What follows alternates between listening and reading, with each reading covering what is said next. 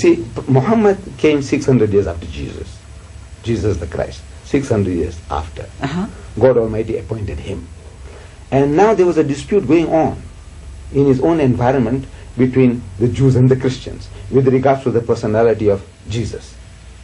What was his stand? What would be the stand of his followers? So he clarifies the position for us with regards to Jesus, that he was one of the mightiest messengers of God. He was the Messiah. He was born miraculously, but he was not God in human form. He is not God incarnate. And he is not the begotten Son of God. How can you tell that from the Bible? The Bible also tells us the very same thing. I mean, in my reading of the Christian Bible, nowhere does Jesus ever say at any time, I am God or worship me. Nowhere. There is not a single Bible among the many versions.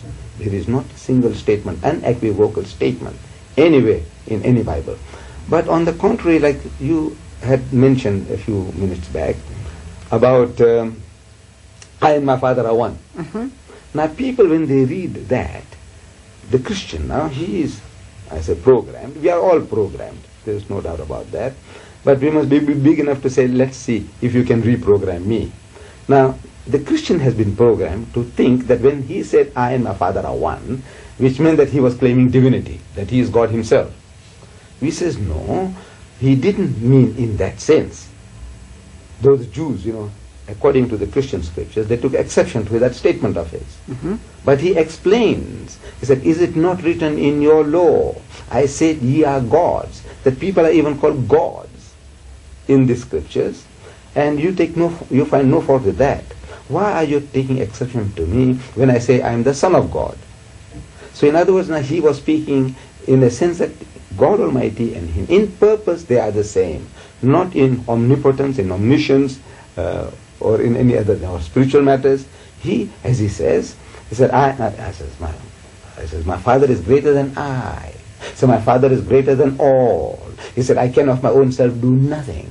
God can do everything. He knows everything. He says, of that day, in the last day, knoweth no man, no, not the angels, nor the Son, but the Father in heaven. No way does he claim equality with God. He's always a subordinate position. But now people, these statements are taken to me out of context, and a religion has been made out of it. What about Muhammad? Muhammad is no more than a Messiah? messenger. No, he is the messenger of God. He's a messenger. Yes. Jesus was also a messenger. But he was somebody that the Jews were waiting for, to liberate them from the Roman bondage, to free them. He had come to do a spiritual job of work. As he told Pontius Pilate, he says, my kingdom is not of this world. In other words, mine is a spiritual kingdom. I want to elevate these people spiritually.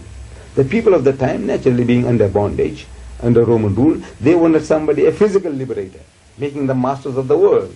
So the man was not prepared to do that. So the Jews as a people, they had rejected him. But we feel that he was the Messiah that was promised to the Jews. But if Muslims have Muhammad and the Christians have Jesus, and the Jews don't have anybody yet, is that right?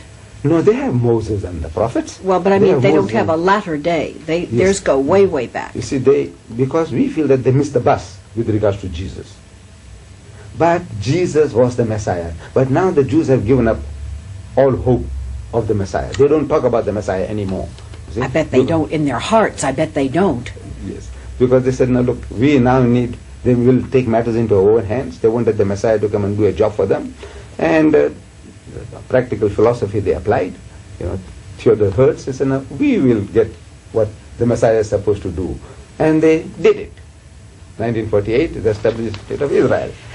They took the hands out of the Messiah's hand and they established the State of Israel.